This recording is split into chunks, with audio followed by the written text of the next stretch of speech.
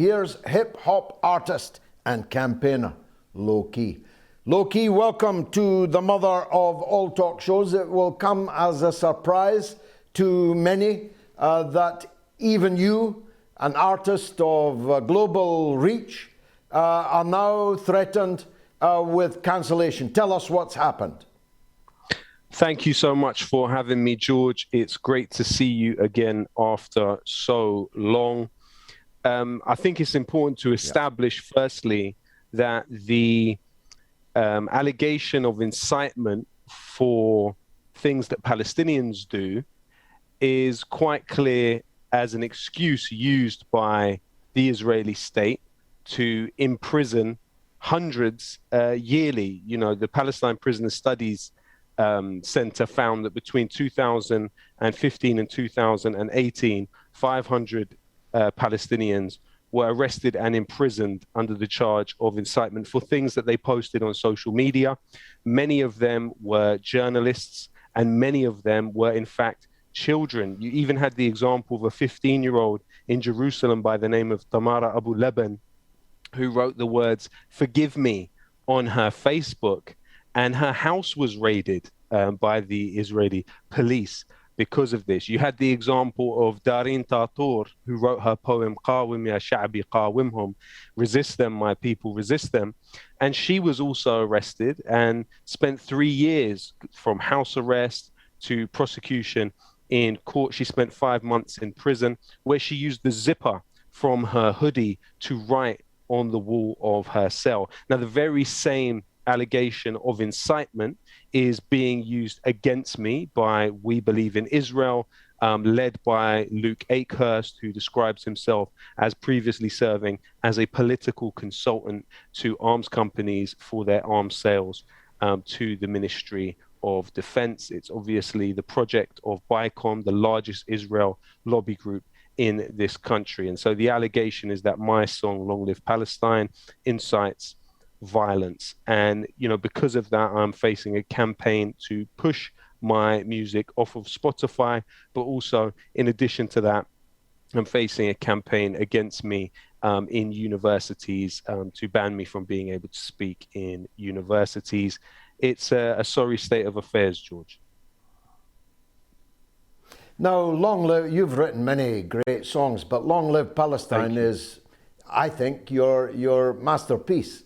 I think so far, at least, it's the thing that you will always be remembered for. It's hypnotic, rhythmic call that the Palestine dream must never be allowed to be forgotten. It's a piece of artistic genius. And this is what they're calling an incitement to violence in Palestine? Yes, this is what BICOM and We Believe in Israel are calling. So, of course, you know, you will have had some experience, I imagine, and their proxies over the years. It's a lobby group that has worked with AIPAC, the famous Israeli lobby group in the United States.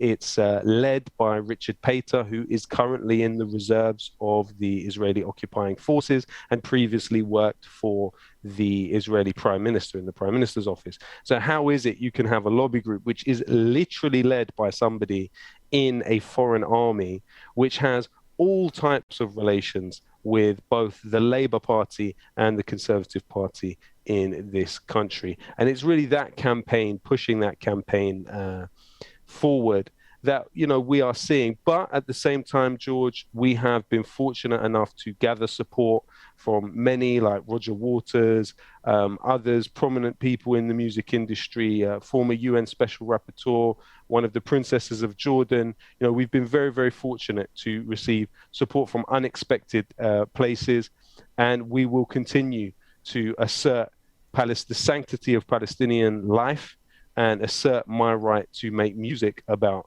Palestinian life.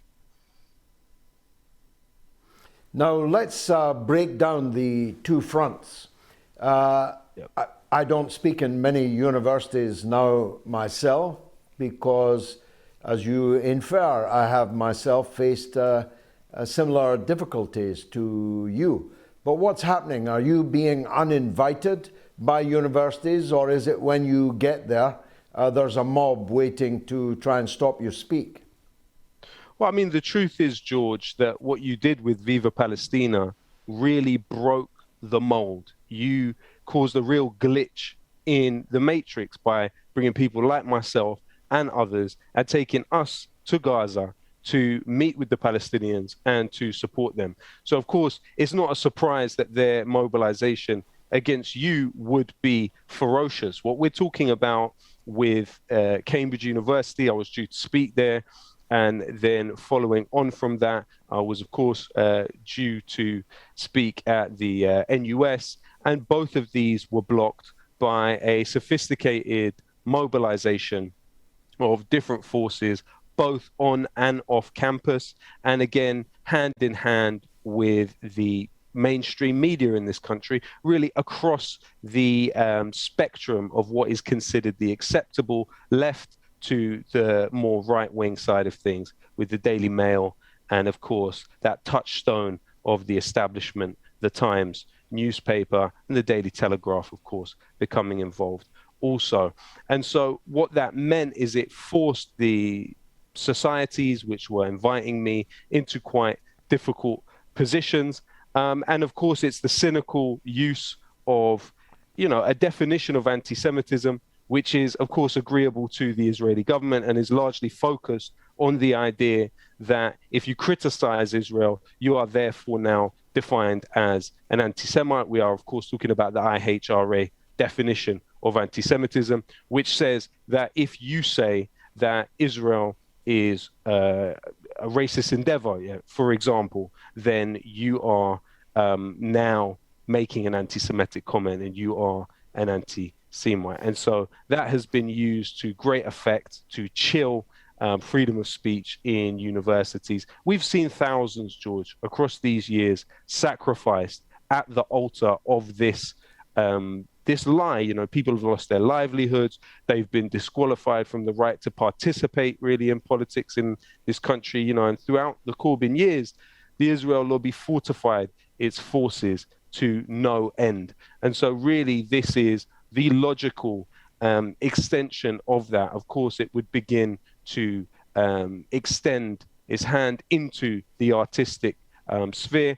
And we've seen, as I said, literally children arrested for things that they've posted on Facebook with the very same allegation that this is an incitement. But, the truth is that costs have been incurred in a PR sense to them for this campaign. And if they were to succeed in removing my music from Spotify, I don't think that it would be a positive thing for them in a PR sense. But, at the same time, we have to be realistic and we have to look back very critically about the mistakes that were made in the past that allowed us to get to this point. Sunlight is the best disinfectant, and really they haven't been sufficiently faced off, in the past, I would say. Now, of course, as we speak, the occupied city of Jerusalem is in turmoil. The holy place, the Al-Aqsa in the old city of Jerusalem that I know well, was invaded on Friday in the early hours at the Fajr prayer, the dawn prayer. Guns were fired, smoke bombs fired, stained glass windows broken, priceless, ancient stained glass windows broken, hundreds of worshippers on the floor being trussed up and arrested. We are exceedingly close to a general outbreak of unrest throughout the occupied lands, aren't we? Yes, and I think what we also have to understand about what's happening in Al-Aqsa, this is part of a push by a grouping called the Temple Movement, which its stated objective is the demolishing of Al-Aqsa and the replacing of it with what they refer to as the Third Temple. For them, what we call the Al-Aqsa compound is the Temple Mount. And the Temple Movement's official body has stated in the past, We must liberate the Temple Mount from the murderous Islam. The movement has also in the past published a blueprint and computer animation of what Al-Aqsa will look like once demolished, and a depiction of the temple being built on top of its remains. The leader of the temple movement is Yehuda Glick, who is a US-born Likud party lawmaker and former part of the Israeli intelligence corps. The movement has been funded by the Israeli government through the pumping of millions into it by the Ministry of Education. It was also funded by a former Deputy Defense Minister, Eli Ben-Dahan, while he served in that position. You know, he describes Palestinians as beasts who are not human. Other funders of the push include Lillian Jean Kaplan Foundation and Henry Swiker, who also funded Tommy Robinson and Ben Shapiro employing David Horowitz Freedom Center. The chief rabbi of the temple movement, Yisrael Ariel, has called for the destruction of mosques and Christian spires and said if that is not accepted, you kill all of their males by the sword. You know, this is quite genocidal language.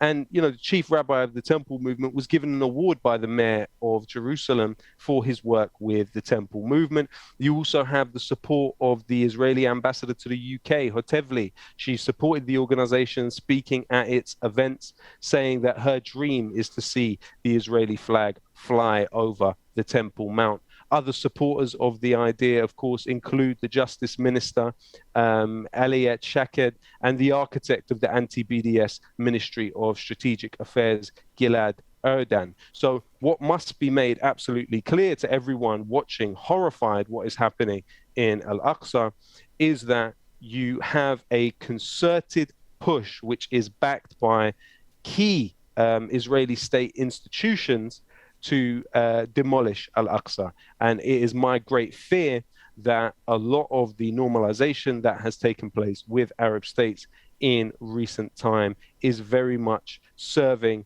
as a precursor to the realization of that policy. And of course, that would be a disaster for everyone, no doubt. Is Sir Keir Starmer supporting all of this without equivocation? Well, Sir Keir Starmer, of course, is funded by key Israel lobbyist Trevor Chin, who is a key figure at BICOM. This is the parent lobby group of the lobby group trying to get me kicked off of Spotify. I'm sure that if asked about it and if forced to respond, Keir Starmer will give us nothing but sweet nothings about what is happening in Palestine. I see no indication that he would show any type of resistance to these policies.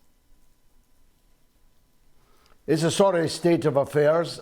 Stay safe, brother. Remember the reason I'm wearing a hat, and make sure you've got someone with you at all times. Absolutely. Thank you very much indeed